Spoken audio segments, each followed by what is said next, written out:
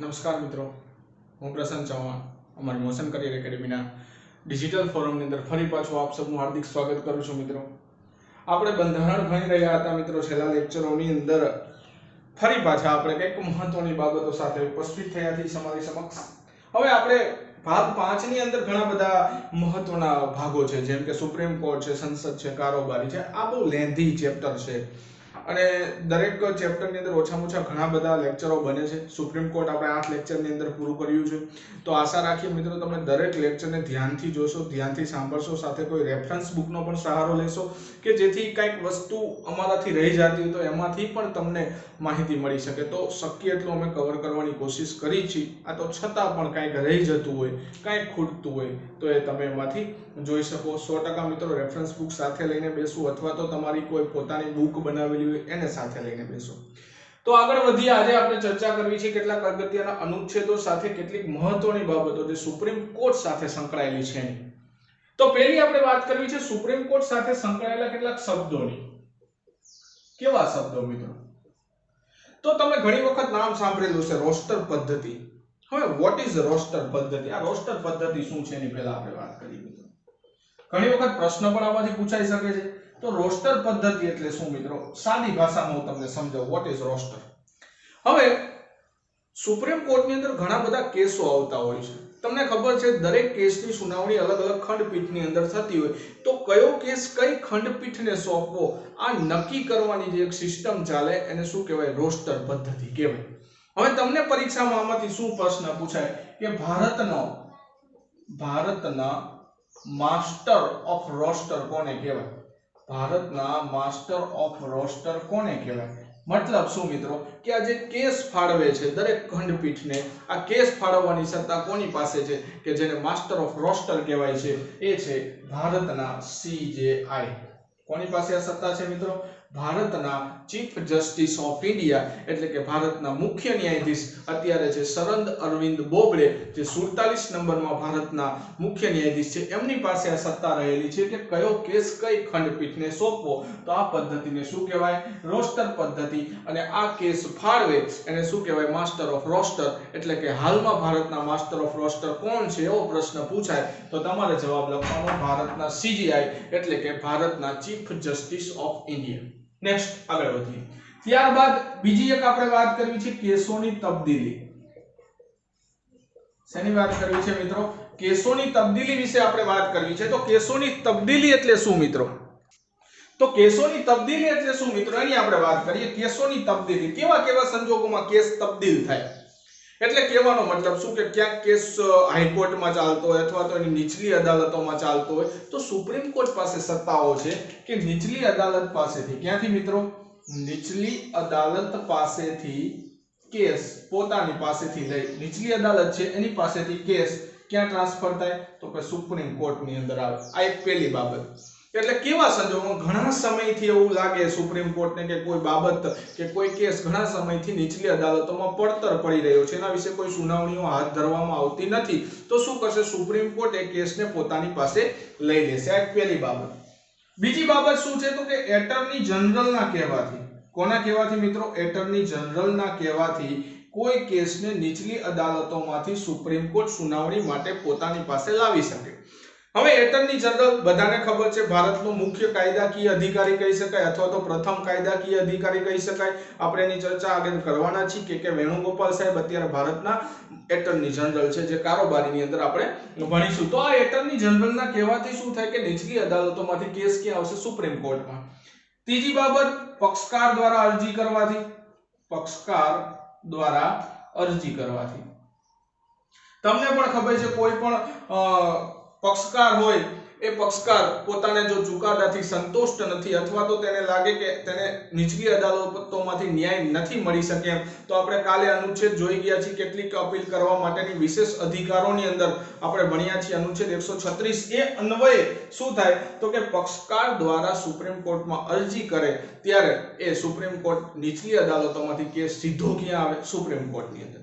હવે supreme court પાસે બીજી પણ એક સત્તા છે કે જે રાજ્યોની હાઈકોર્ટો છે, અલગ અલગ રાજ્યોની, ભારતની અંદર ઘણા બધા 2 કે તેથી વધુ રાજ્યો વચ્ચે પણ હાઈકોર્ટ છે, કેટલાક રાજ્યોને પોતાની પણ હાઈકોર્ટ છે. આપણે એને હાઈકોર્ટના ચેપ્ટરની અંદર ચર્ચાઓ કરીશું.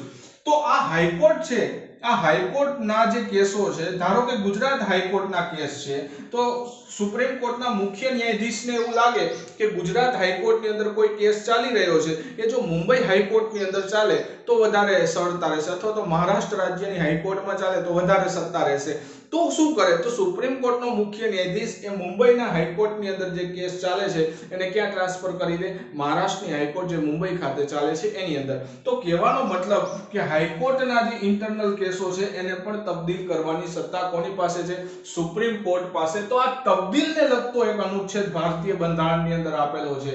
આ બધી સત્તા અનુચ્છેદ 139 એ અન્વયે કોને મળેલી છે, સુપ્રીમ કોર્ટને. પૂછાય પરીક્ષામાં કેસો તબદીલ કરવાની સત્તા સુપ્રીમ કોર્ટને ભારતીય બંધારણના કયા અનુચ્છેદ અંતર્ગત મળેલી છે, તો મિત્રો અનુચ્છેદ નંબર 139 એ. એકવાર હજુ માસ્ટર ઓફ રોસ્ટરની વાત કરી, કોણ હોય, ભારતનો સીજીઆઈ. બીજી સત્તાની આપણે વાત કરી કેસોને તબદીલ કરવાની, કેવા સંજોગોમાં, ઘણા સમયથી પડતર પડેલા કેસો એટર્ની જનરલના કહેવાથી, પક્ષકાર દ્વારા અરજી કરવાથી, અથવા તો હાઈકોર્ટ વચ્ચે ઇન્ટરનલી કેસ ટ્રાન્સફર કરી શકે. કોણ, તો કે સુપ્રીમ કોર્ટ. અનુચ્છેદ નંબર કેટલામાં, તો કે 139 એ. ત્યારબાદ આગળ વધી હવે કેટલીક બીજી નામાવલી છે. પહેલું નામ છે આપણે વરિષ્ઠ અધિવક્તા. હવે આ સુપ્રીમ કોર્ટ સાથે જોડાયેલો એક શબ્દ છે મિત્રો, વરિષ્ઠ અધિવક્તા કોને કહેવાય. હવે વરિષ્ઠ અધિવક્તા કોણ હોય, તો કે સુપ્રીમ કોર્ટની અંદર એક બાર એસોસિએશન હોય, કોણ, વકીલોનું. તો આ વકીલોના બાર એસોસિએશનમાં નામ એક તો પહેલા તો રજીસ્ટર્ડ થયેલું હોવું જોઈએ, એટલે કે નોંધાયેલું જરૂરી હોવું જોઈએ, જે સુપ્રીમ કોર્ટનું બાર એસોસિએશન છે એની અંદર. આ વ્યક્તિ માત્ર શું કરી શકે, તો સુપ્રીમ કોર્ટની અંદર તમારે કોઈ દલીલ કરાવવી હોય, શું કરવું હોય, દલીલ કરવું હોય, તો આ દલીલ કરવા માટેનો જે વ્યક્તિ છે એને શું કહેવામાં આવે, વરિષ્ઠ અધિવક્તા કહેવાય. તો વરિષ્ઠ અધિવક્તા કન્ડિશન શું છે કે સુપ્રીમ કોર્ટનું જે બાર એસોસિએશન છે એની અંદર નામ નોંધાયેલું હોવું જોઈએ, અને આ વ્યક્તિ કામ શું કરે, તો કે સુપ્રીમ કોર્ટની અંદર કોઈ કેસ બાબતે દલીલ કરવા માટે જે વ્યક્તિ હોય એને શું કહેવાય, તો કે વરિષ્ઠ અધિવક્તા કહેવાય. બીજા વ્યક્તિનું નામ છે એડવોકેટ ઓન રેકોર્ડ. શું નામ છે મિત્રો, એડવોકેટ ઓન રેકોર્ડ. હવે આ વ્યક્તિ શું કરે, એડવોકેટ ઓન રેકોર્ડ, તો સુપ્રીમ કોર્ટમાં આ વ્યક્તિ દલીલ ન કરી શકે. આને માત્ર શું છે કે જે દલીલ કરવા વાળો વકીલ છે એ પણ અલગ હોય છે, પણ સાથે કોઈ જો પુરાવા રજૂ કરવા છે, શું પુરાવા રજૂ કરવા હોય, ડોક્યુમેન્ટ્સ રજૂ કરવા હોય, કોઈ કાગજાત શું રજૂ કરવા હોય, ડોક્યુમેન્ટ રજૂ કરવા હોય, તો આ રજૂ કરવા માટેની અરજી કરવા માટે એક વ્યક્તિ હોય જેને શું કહેવાય, એડવોકેટ ઓન રેકોર્ડ કહેવાય. આ દલીલ ન કરી શકે, દલીલ કોણ કરે, વરિષ્ઠ અધિવક્તા કરે, પરંતુ એ પુરાવા રજૂ કરવાના છે જે ડોક્યુમેન્ટ સ્વરૂપે હોય છે, એ પુરાવા રજૂ કરે કોણ, તો કે એડવોકેટ ઓન રેકોર્ડ. બીજી વસ્તુ મિત્રો, એક ત્રીજું નામ છે અન્ય અધિવક્તા. એક કોણ હોય, અન્ય અધિવક્તા. હવે ઘણી વખત શું થાય, તો કે રાજ્યોની અંદર બાર એસોસિએશન ચાલતા હોય મિત્રો, તો રાજ્યોમાં જે હાઈકોર્ટના બાર એસોસિએશન છે એની અંદર નોંધાયેલો કોઈ વકીલ હોય, એ પોતાના પક્ષકાર વતી ક્યાં દલીલ કરવા માંગતો હોય, તો કે સુપ્રીમ કોર્ટની અંદર દલીલ કરવા માંગતો હોય, તો એ વ્યક્તિ દલીલ કરી શકે. ક્યાં, તો કે હાઈકોર્ટના બાર એસોસિએશનનો સભ્ય, એટલે કે હાઈકોર્ટના જે બાર એસોસિએશનના સભ્યો છે એમાંથી કોઈ વ્યક્તિનો કેસ હાઈકોર્ટમાં ચાલી રહ્યો છે અને એને સુપ્રીમ કોર્ટમાં અરજી કરેલી છે, તો એના વતી દલીલ કરી શકે કોણ, અન્ય અધિવક્તા જેને કહેવાય. એ રાજ્યનો વકીલ હોય અને સુપ્રીમ કોર્ટનો વકીલ હોય એને શું કહેવાય, વરિષ્ઠ અધિવક્તા કહેવાય. તો આ અન્ય અધિવક્તાને આ સત્તા કયા અધિનિયમ અંતર્ગત આપવામાં આવેલી છે, તો આ અધિનિયમનું નામ છે અન્ય અધિવક્તા, અથવા તો ખાલી કહી શકાય અધિવક્તા અધિનિયમ 1961 અન્વયે. કયા સાલમાં, અધિવક્તા અધિનિયમ 1961 અન્વયે હાઈકોર્ટના બાર એસોસિએશનનો જે સભ્ય છે એ સુપ્રીમ કોર્ટમાં પક્ષકાર વતી દલીલ કરી શકે. તો ત્રણ શબ્દો જોયા છે સુપ્રીમ કોર્ટ સાથે સંકળાયેલા છે મિત્રો. પહેલી વસ્તુ વરિષ્ઠ અધિવક્તા ક્યાં હોય, તો કે સુપ્રીમ કોર્ટના બાર એસોસિએશનના સભ્યોનો લિસ્ટનો સભ્ય હોય, એ પોતે શું કરી શકે, સુપ્રીમ કોર્ટમાં દલીલ કરી શકે. જો સુપ્રીમ કોર્ટમાં તમારે ડોક્યુમેન્ટ કે પુરાવા રજૂ કરવા છે એના માટેના વકીલને શું કહેવાય, તો કે એડવોકેટ ઓન રેકોર્ડ કહેવાય. ત્યારબાદ અન્ય અધિવક્તા કોણ હોય, તો કે હાઈકોર્ટનું જે બાર એસોસિએશન છે એનો સભ્ય કે જે પોતાના પક્ષકાર વતી સુપ્રીમ કોર્ટમાં દલીલ કરવી છે તો એ કોણ કરી શકે? અન્ય અધિવક્તા કરી શકે. અને અધિનિયમ કયા અંતર્ગત સત્તા છે? તો કે અધિનિયમ અધિવક્તા અધિનિયમ 1961 અન્વયે આ સત્તા એને આપેલી છે. તો મિત્રો આ મહત્વની બાબતો જોઈ. એ સિવાય કેટલાક આપણે બીજા અનુચ્છેદો કે જેની આપણે ચર્ચા કરવાની આગળ બાકી છે એની વાત કરવી છે. તો અનુચ્છેદ નંબર 360 ની પહેલા વાત કરવી. હવે અનુચ્છેદ નંબર 360 શું છે મિત્રો? તમને ખબર છે આપણે કટોકટીની અંદર જ્યારે ચર્ચા કરીશું, કટોકટી ત્રણ પ્રકારની હોય. જે કટોકટી 352, 56 અને 60 અંતર્ગત કટોકટીની વાત છે એની વાત છે. હવે 360 તમને બધાને ખબર છે નાણાકીય કટોકટીની જોગવાઈ છે. હવે આ કટોકટી દરમિયાન શું ન્યાયાધીશોનો પગાર ઘટાડી શકાય? તો કે હા. ખાસ યાદ રાખીશું, નાણાકીય કટોકટી જ્યારે દેશમાં લાગે, ભારતના બંધારણની અંદર આજ સુધી હજુ ક્યારેય નાણાકીય કટોકટી લગાડવામાં આવી નથી. પરંતુ જો ક્યારે નાણાકીય કટોકટી લાગે આ કોરોના વાયરસના લીધે, તો શું થાય? તો સુપ્રીમ કોર્ટના જે ન્યાયાધીશો છે એના પગાર ઘટાડી શકાય. સુપ્રીમ કોર્ટના ન્યાયાધીશના પગાર ઘટાડી શકાય. ક્યારે ઘટાડી શકાય? તો કે નાણાકીય કટોકટી દરમિયાન. જો આગળ રાષ્ટ્રપતિ આપણે ભણશું ત્યારે એના પગાર ન ઘટાડી શકાય. નાણાકીય કટોકટી દેશમાં ચાલતી હોય તો પણ. તો સામે સુપ્રીમ કોર્ટ તમને એમ થાય ન્યાયાધીશો તો મોટો હોદ્દો છે, કદાચ એનો પગાર ન ઘટાડી શકાય, તો આ ઘટાડી શકાય. પરીક્ષામાં ખાસ કરીને જીપીએસસી માં જે વાક્યો દ્વારા ક્વેશ્ચનો પૂછાય એમાં આ પ્રશ્નો મૂકી શકે કે નાણાકીય કટોકટી દ્વારા સુપ્રીમ કોર્ટ નીચેના વિધાનો સાચા છે કે ખોટા, એમાં આવું મૂકી શકે. તો આપણે યાદ રાખીશું 360 અનુચ્છેદ નંબર નાણાકીય કટોકટી, સુપ્રીમ કોર્ટના ન્યાયાધીશોના પગાર ઘટાડી શકાય. ત્યારબાદ આપણે એક વાત કરવી છે અનુચ્છેદ નંબર 128. મોસ્ટ આઈએમપી છે મિત્રો, આપણે ધ્યાન રાખીશું શેના બાબતને લગતો છે. અનુચ્છેદ 128 શું કહે છે મિત્રો? તો અનુચ્છેદ 128 શું કહે છે? સેવા નિવૃત્ત, શેના માટેની છે? સેવા નિવૃત્ત ન્યાયાધીશોની જોગવાઈ છે. પરીક્ષામાં પૂછાય સેવા નિવૃત્ત ન્યાયાધીશની જોગવાઈ બંધારણના કયા આર્ટિકલની અંદર છે? તો અનુચ્છેદ નંબર 128. શું છે આ જોગવાઈ મિત્રો? યાદ રાખીશું આપણે. હવે તમને એમ થાય કે સુપ્રીમ કોર્ટ કે હાઈકોર્ટનો કોઈ સેવા નિવૃત્ત ન્યાયાધીશ છે એટલે કે રિટાયર્ડ થઈ ચૂક્યો, શું એ પોતે ફરજ બજાવી શકે? તો હા મિત્રો, ફરજ બજાવી શકે. ક્યારે? તો કે સુપ્રીમ કોર્ટનો મુખ્ય ન્યાયાધીશ રાષ્ટ્રપતિની પૂર્વ મંજૂરી લેવી પડે. આમાં રાષ્ટ્રપતિ પાસે શું લેવું પડે? મંજૂરી. લે કોણ? તો કે સુપ્રીમ કોર્ટનો મુખ્ય ન્યાયાધીશ એ સુપ્રીમ કોર્ટમાં જે જજ બનવા માટે જે ક્વોલિફાય હોય એટલે કે લાયકાત ધરાવતો હોય એવો વ્યક્તિ કે જે સુપ્રીમ કોર્ટમાંથી પણ નિવૃત્ત થઈ ચૂક્યો છે અથવા તો હાઈકોર્ટમાંથી પણ નિવૃત્ત થઈ ચૂક્યો છે, એને સુપ્રીમ કોર્ટના ન્યાયાધીશ તરીકે રાખી શકે. હવે આને રાખી શકે, બધું માન સન્માન હોદ્દો બધો મળે, પરંતુ એ સુપ્રીમ કોર્ટનો ન્યાયાધીશ ગણાય નહીં. ન્યાયાધીશ ગણાતો નથી. હા, એને હોદ્દાઓ બધા ભોગવે છે, એને બધી જવાબદારી, બધું માન સન્માન બધું જ મળે જે એક ન્યાયાધીશને મળતું હોય, પરંતુ એને ન્યાયાધીશ ગણવામાં આવતો નથી. ક્યારે રાખવામાં આવે? તો કે જ્યારે જરૂર પડે ત્યારે સુપ્રીમ કોર્ટનો મુખ્ય ન્યાયાધીશ રાષ્ટ્રપતિની પૂર્વ મંજૂરીથી, ક્યારે? રાષ્ટ્રપતિની પૂર્વ મંજૂરીથી કોઈ પણ સેવા નિવૃત્ત ન્યાયાધીશ છે સુપ્રીમ કોર્ટનો કે હાઈકોર્ટનો, એ જો સુપ્રીમ કોર્ટના ન્યાયાધીશ બનવાની લાયકાત ધરાવતો હોય તો એને રાખી શકાય.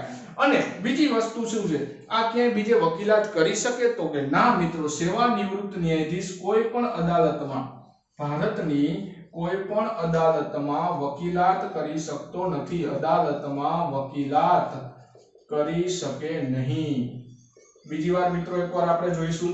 અહીં કેટલીક બાબતોની આપણે ચર્ચા કરી. અનુચ્છેદ નંબર 360 જોયો, નાણાકીય કટોકટીમાં સુપ્રીમ કોર્ટના ન્યાયાધીશોના પગાર ઘટાડી શકાતા નથી. અનુચ્છેદ નંબર 128 સેવા નિવૃત્ત ન્યાયાધીશ વિશેની જોગવાઈ શું કહે છે મિત્રો? કે જે ન્યાયાધીશો રિટાયર્ડ થયા છે એક તો ક્યાંય વકીલાત કરી શકતા નથી, પરંતુ હા, મુખ્ય ન્યાયાધીશના કહેવાથી રાષ્ટ્રપતિની પૂર્વ મંજૂરીથી આ લોકો એ જજ તરીકેની સેવા આપી શકે સુપ્રીમ કોર્ટની અંદર, પરંતુ એના માટેની લાયકાત જરૂરી છે, પણ એ ન્યાયાધીશ ગણાશે નહીં. તો મિત્રો આ સ્લાઇડની અંદર આપણે કેટલીક મહત્વની બાબતો જોઈ. 28 નંબર હજુ એક આપણે વાત કરી લઈએ ભેગા કરી. અનુચ્છેદ નંબર 130 ની વાત કરવી છે મિત્રો. અનુચ્છેદ નંબર 130 શેના માટે છે મિત્રો? અનુચ્છેદ નંબર 130 તમને પરીક્ષામાં પૂછાય સુપ્રીમ કોર્ટનું સ્થળ કયા અનુચ્છેદની અંદર દર્શાવવામાં આવ્યું છે? તો અનુચ્છેદ નંબર 130 ની અંદર સુપ્રીમ કોર્ટના સ્થળ વિશે વાત કરેલી છે. અત્યારે આપણે સુપ્રીમ કોર્ટ ક્યાં બેસે છે? તો ક્યાં બેસે? તો કે દિલ્હીની અંદર બેસે છે, જે 1958 માં બિલ્ડિંગ ખરીદવામાં આવ્યું અને એ વખતેના સ્થપતિ હતા ગણેશ ભીખાઈજી દિયોલાલીકર. આપણે આગળના લેક્ચરમાં ચર્ચા કરી ચૂક્યા છીએ. તો આ સુપ્રીમ કોર્ટનું જે સ્થળ છે શું બદલાવી શકાય? હા, તો કે બદલાવી શકાય. કોની મંજૂરીથી? તો કે ભારતના સીજીઆઈ પ્લસ આપણા રાષ્ટ્રપતિના કહેવાથી. કોનાથી? ભારતના સીજીઆઈ અને રાષ્ટ્રપતિના કહેવાથી વખતો વખત સુપ્રીમ કોર્ટ એમને નક્કી કરેલા સ્થળ ઉપર બેસી શકે. તો કહેવાનો મતલબ અનુચ્છેદ 130 શું બતાવે તો કે સુપ્રીમ કોર્ટનું સ્થળ બતાવે. કોણ નક્કી કરે તો કે ભારતના સીજીઆઈ અને ભારતના રાષ્ટ્રપતિ. તો મિત્રો આ લેક્ચરની અંદર કેટલી બધી આપણે મહત્વની બાબતો જોઈ છે. એ મહત્વની બાબતો આશા રાખું તમને જરૂરથી પરીક્ષામાં ઉપયોગી થશે. આગળ આપણે આ જ લેક્ચરની અંદર આગળ વધીએ. એકવાર તમે આટલું જોઈ લો અને તમારી નોટબુકની અંદર લખી લ્યો મિત્રો. તો મિત્રો ફરી પાછા આપણે કેટલાક મહત્વના અનુચ્છેદો સાથે આગળ વધીએ. તો બીજા અનુચ્છેદોની વાત કરીએ તો અનુચ્છેદ નંબર 138 મિત્રો. અનુચ્છેદ નંબર 138 શું દર્શાવે મિત્રો? તો સુપ્રીમ કોર્ટનું જે કાર્યક્ષેત્ર છે, આપણે ઘણા બધા કાર્યક્ષેત્રોની આગળ વાત કરી ચૂક્યા છીએ. હવે આ કાર્યક્ષેત્રમાં જો વધારો ઘટાડો કરવો હોય એટલે કે સુપ્રીમ કોર્ટના કાર્યક્ષેત્રમાં વધારો ઘટાડો કરવાની સત્તા કોની પાસે છે? પ્રશ્ન પૂછાય તો કે આ વધારો ઘટાડો કરવાની સત્તા કોની પાસે છે મિત્રો? તો કે સંસદ પાસે છે. એટલે કે આ કાર્યક્ષેત્રની અંદર વધારો ઘટાડો કોણ કરી શકે? માત્ર સંસદ કરી શકે. અનુચ્છેદ નંબર 138 સુપ્રીમ કોર્ટનું જે કાંઈ કાર્યક્ષેત્ર છે મિત્રો, એમાં વધારો ઘટાડો કરવાની સત્તા એ સુપ્રીમ કોર્ટની કોની પાસે છે? તો કે ભારતીય સંસદ પાસે રહેલી છે. ત્યારબાદ બીજી વસ્તુ અનુચ્છેદ નંબર 141. હવે આ શું કહે છે? હવે સુપ્રીમ કોર્ટના જે ચુકાદાઓ છે મિત્રો, એ ચુકાદાઓને શું તમે બીજે ક્યાંય પડકારી શકો? બધાને ખબર છે તો કે સુપ્રીમ કોર્ટના ચુકાદાઓને, સુપ્રીમ કોર્ટના જે ચુકાદા છે આ ચુકાદાને કોઈ પણ કોર્ટની અંદર પડકારી શકાતા નથી. શું કામ નહીં? કેમ કે આપણી સર્વોચ્ચ અદાલત કઈ છે? Supreme court. તો એના ચુકાદાને કોઈ પણ કોર્ટમાં પડકારી શકાય નહીં. તો શું કરી શકાય? તમને પણ ખબર છે, પુનઃ વિચાર અરજીની વાત આપણે કરી હતી ગઈ વખતે. અનુચ્છેદ નંબર 137 137 અંદર શેની વાતો છે? તો કે પુનઃ વિચાર અરજી એટલે કે સુપ્રીમ કોર્ટ કોઈ ચુકાદો આપી દે છે, તમને લાગે કે ચુકાદા વિશે એને કંઈક વિચારવાની જરૂર છે, બીજી વખત વિચાર કરવાની જરૂર છે, તો એના માટે એક અરજી દાખલ કરી શકાય, જેને પુનઃ વિચાર અરજી કહેવાય. અનુચ્છેદ નંબર 137 એ મુજબ તમે અરજી દાખલ કરી શકો, પરંતુ એના ચુકાદાને ક્યાંય પડકારી શકાતો નથી. બીજી વાત આની અંદર શું છે? તો સુપ્રીમ કોર્ટ જે કાંઈ કાયદાઓ બનાવે છે મિત્રો, કોણ બનાવે? સુપ્રીમ કોર્ટ જે કાંઈ કાયદાઓ બનાવે એ ભારતની દરેક અદાલતે માનવા પડે. શું કરવું પડે? દરેક અદાલતે માનવા પડશે. શું કામ માનવા પડે? કેમ કે ભારતની મુખ્ય અદાલત કઈ છે? તો કે સુપ્રીમ કોર્ટ છે. તો કે એ જે કાયદા બનાવે એને દરેક અદાલતે માનવા જ પડે. એવી જોગવાઈ કયા અનુચ્છેદમાં છે? તો અનુચ્છેદ નંબર 141. બીજી વખત મિત્રો અનુચ્છેદ નંબર 138 શું દર્શાવે? તો કે સુપ્રીમ કોર્ટનું જે કાર્યક્ષેત્ર છે એમાં વધારો કે ઘટાડો કરવાની સત્તા કોની પાસે છે? તો કે ભારતીય સંસદ પાસે છે. બીજી વસ્તુ આપણે જોઈએ અનુચ્છેદ નંબર 141 શું સૂચવે? તો કે સુપ્રીમ કોર્ટ દ્વારા જે કાંઈ ચુકાદાઓ આપવામાં આવે છે અને અન્ય કોર્ટમાં પડકારી શકાતા નથી. આ તમે પુનઃ અરજી વિચાર અરજી દાખલ કરી શકો અનુચ્છેદ નંબર 137 અન્વયે. અને જે કાંઈ કાયદાઓ સુપ્રીમ કોર્ટ બનાવે એ દરેક કોર્ટને માનવા પડે. એ અનુચ્છેદ નંબર 141 ની જોગવાઈઓ છે. ત્યારબાદ વાત કરીએ અનુચ્છેદ નંબર 142. શેની વાત છે મિત્રો? હવે સુપ્રીમ કોર્ટ કોઈ પણ પક્ષકાર છે એ પક્ષકારને પોતાના પુરાવા રજૂ કરવા માટે અથવા તો એની જુબાની આપવા માટે, ધારો કે કોઈ કેસ ચાલી રહ્યો છે, આપણે આઈએનએસ કૌભાંડની વાત કરીએ તો એ કેસ ચાલતો હોય બરોબર, પી ચિદમ્બરમ વિરુદ્ધ સુપ્રીમ કોર્ટમાં કેસ ચાલી રહ્યો છે. હવે સુપ્રીમ કોર્ટને એમ થાય કે આની અંદર કોઈ અન્ય વ્યક્તિ છે કે જેને આપણે જુબાની આપવા માટે જરૂરી છે, જે મહત્વની છે, તેને બોલાવી શકાય, કોઈ પણ વ્યક્તિને બોલાવી શકાય. તો આ સત્તા કોની પાસે છે? તો સુપ્રીમ કોર્ટ કોઈ પણ વ્યક્તિને અથવા તો પક્ષકારના કહેવાથી પણ, અથવા પક્ષકારના પક્ષકાર કોઈ વ્યક્તિને કે આને તમે જુબાની આપો કોર્ટમાં બોલાવો, તો સુપ્રીમ કોર્ટ એને સમન્સ પાઠવી શકે. અથવા તો સુપ્રીમ કોર્ટને પોતાને લાગે કે આ વ્યક્તિની જુબાની આ કેસની અંદર બહુ મહત્વની સાબિત થઈ શકે છે, તો કોઈ પણ વ્યક્તિને જુબાની આપવા માટે અથવા તો જુબાની આપવા અથવા તે કોઈ પુરાવા રજૂ કરવા માટે, શું કરવા માટે? પુરાવા રજૂ કરવા માટે શું કરી શકે? તો કે સમન્સ પાઠવી શકે. બીજી વખત મિત્રો સમન્સ પાઠવવાની સત્તા કોની પાસે? સુપ્રીમ કોર્ટ પાસે. અનુચ્છેદ નંબર 142 કોઈ કેસની અંદર જ્યારે સુપ્રીમ કોર્ટને લાગે અથવા તો કોઈ પક્ષકારના કહેવાથી શું કરે? કોઈ પણ વ્યક્તિને એ પોતે જુબાની આપવા અથવા તો પુરાવા રજૂ કરવા માટે સમન્સ પાઠવી શકે. અનુચ્છેદ નંબર 142. ત્યારબાદ આ બીજા અનુચ્છેદની વાત કરીએ. અનુચ્છેદ 144 આપણે 43 જોઈ ચૂક્યા છીએ. સલાહકારી ક્ષેત્રની અંદર રાષ્ટ્રપતિએ સુપ્રીમ કોર્ટની સલાહ માંગે. ત્યારબાદ અનુચ્છેદ 144 શું કહે છે? તો ભારતની અંદર 3 અખિલ ભારતીય સેવાઓ છે, આઈએસ, આઈપીએસ અને આઈએફએસ એટલે કે વન સેવા. એમાંથી જે ભારતના પ્રશાસનિક અધિકારીઓ છે એટલે કે આઈએસ એડમિનિસ્ટ્રેટિવ સર્વિસના જે અધિકારીઓ છે એ શું કરે તો સુપ્રીમ કોર્ટને પોતાના કામમાં સહકાર કરશે, સુપ્રીમ કોર્ટને તેના કાર્યમાં સહકાર આપવા પડશે, સહકાર આપવો પડશે. કોને આપવો પડશે તો કે આઈએસ અધિકારીઓ. ક્યારેક સુપ્રીમ કોર્ટને આવા વ્યક્તિઓની જરૂર પડે કોઈ વહીવટી બાબતની અંદર તો સુપ્રીમ કોર્ટ એના માટે કોઈ અલગ નિમણૂક કરતું નથી, પરંતુ જે ભારતના આઈએસ ઓફિસરો છે એને જ પોતાની કાર્યની અંદર મદદ કરવાનું કહી શકે. આ સત્તા સુપ્રીમ કોર્ટ પાસે કયા અનુચ્છેદ અન્વયે છે તો અનુચ્છેદ 144 અન્વયે શું છે તો કે ભારતના પ્રશાસનિક અધિકારીઓ છે એ પોતે મદદ કરવા માટે તૈયાર રહેશે. ક્યારે તો કે સુપ્રીમ કોર્ટને. એટલું યાદ રાખીશું મિત્રો. ત્યારબાદ અનુચ્છેદ નંબર 145. આપણે જે દરેક અનુચ્છેદો છે મહત્વના એને આપણે ફરી પાછા એકવાર રિકોલ કરીએ છીએ, કેમ કે પરીક્ષામાં કદાચ આ અનુચ્છેદો પૂછાઈ જાય તો તમને તકલીફ પડવી જોઈએ નહીં. શું છે તો સુપ્રીમ કોર્ટના કેટલાક નિયમો છે. તો તમને પૂછાય સુપ્રીમ કોર્ટના નિયમો વિશેનો અનુચ્છેદ કયો છે તો અનુચ્છેદ 145 શું બતાવે મિત્રો? સુપ્રીમ કોર્ટના નિયમો વિશેની ચર્ચા છે. એ ડિટેલમાં ઘણા બધા નિયમો છે જે આપણા માટે એટલી જરૂરી નથી, ખાલી યાદ રાખીશું સુપ્રીમ કોર્ટના નિયમો કયા અનુચ્છેદમાં છે તો અનુચ્છેદ નંબર 145. ત્યારબાદ અનુચ્છેદ 146 શું બતાવે તો સુપ્રીમ કોર્ટ પણ પોતાનો આવક અને ખર્ચ છે. હવે એના વિશે સંસદમાં તમે મતદાન ન કરી શકો, એટલે કે સુપ્રીમ કોર્ટના આવક અને ખર્ચ અંગેની જોગવાઈ, એટલે કે સુપ્રીમ કોર્ટ પોતાની આવક ક્યાંથી કરશે અને જે આવક થાય છે, કેમ કે સુપ્રીમ કોર્ટને ઘણી બધી આવકો થતી હોય તો આવક થાય છે તો આવક ક્યાં આવે છે અને ક્યાં જાય છે એ આવક અને ખર્ચ અંગેની જોગવાઈ છે. હવે આ ખર્ચ કેટલો થયો અને કેટલી આવક આવી આ અંગે તમે સંસદમાં મતદાન કરાવી શકો નહીં, સંસદમાં મતદાન થતું નથી. તો મિત્રો ખાસ વસ્તુ આપણે યાદ રાખીશું. શું કીધું? અનુચ્છેદ 146 સુપ્રીમ કોર્ટના આવક અને ખર્ચ અંગેની જોગવાઈ કે જેને સંસદમાં મતદાન કરી શકાતું નથી. બીજી વખત આ મહત્વના આર્ટિકલો વિશે મિત્રો એકવાર વાત કરીએ. સુપ્રીમ કોર્ટમાં અનુચ્છેદ નંબર 138 શું છે તો કે કાર્યક્ષેત્રમાં વધારો ઘટાડો કરવાની સત્તા કોની પાસે છે તો કે સંસદ પાસે. બીજા નંબરનો આર્ટિકલ છે તો 141 શું કે સુપ્રીમ કોર્ટના કોઈ પણ ચુકાદાને કોઈ પણ અદાલતમાં પડકારી શકાતો નથી. શું કામ ન પડકારી શકાય? કેમ કે ભારતની છેલ્લી અદાલત છે, એને પણ તમે પુનઃ વિચાર અરજી કરી શકો. અનુચ્છેદ 137. ત્યારબાદ અનુચ્છેદ 142 કોઈ પણ વ્યક્તિને પુરાવા રજૂ કરવા માટે શું કરી શકે? સમન્સ પાઠવી શકે. કોણ? તો કે સુપ્રીમ કોર્ટ. ત્યારબાદ અનુચ્છેદ 144 43 ખબર છે આપણને, સલાહકારી ક્ષેત્રની અંદર જોઈ ચૂક્યા છે. 144 ભારતના જે કઈ પ્રશાસનિક અધિકારો એટલે કે આઈએસ ઓફિસરો છે એને શું કરે? કામમાં સહકાર આપવાનું કહી શકે. કોણ? Supreme court. ત્યારબાદ 145 માં સુપ્રીમ કોર્ટના કેટલાક નિયમો વિશેની ચર્ચા છે અને 146 સુપ્રીમ કોર્ટની આવક અને ખર્ચ અંગેની જોગવાઈઓ આપેલી છે જેની અંદર સંસદમાં મતદાન થઈ શકતું નથી. તો મિત્રો અહીં આપણે આ લેક્ચરની અંદર ઘણી બધી મહત્વની બાબતો, ઘણા બધા અનુચ્છેદો વિશે ચર્ચા કરી. આશા રાખું છું કે તમને આ માહિતી પરીક્ષાની અંદર ખૂબ જ ઉપયોગી નીવડે. હવે આપણે કીધું તો આ લેક્ચરની અંદર આપણે પૂરું કરવું છે સુપ્રીમ કોર્ટ. તો મિત્રો પણ હજુ થોડીક બાબતો જે છે કે સુપ્રીમ કોર્ટ અંતર્ગત બહુ મહત્વની છે, પૂરી થઈ શકે એમ નથી.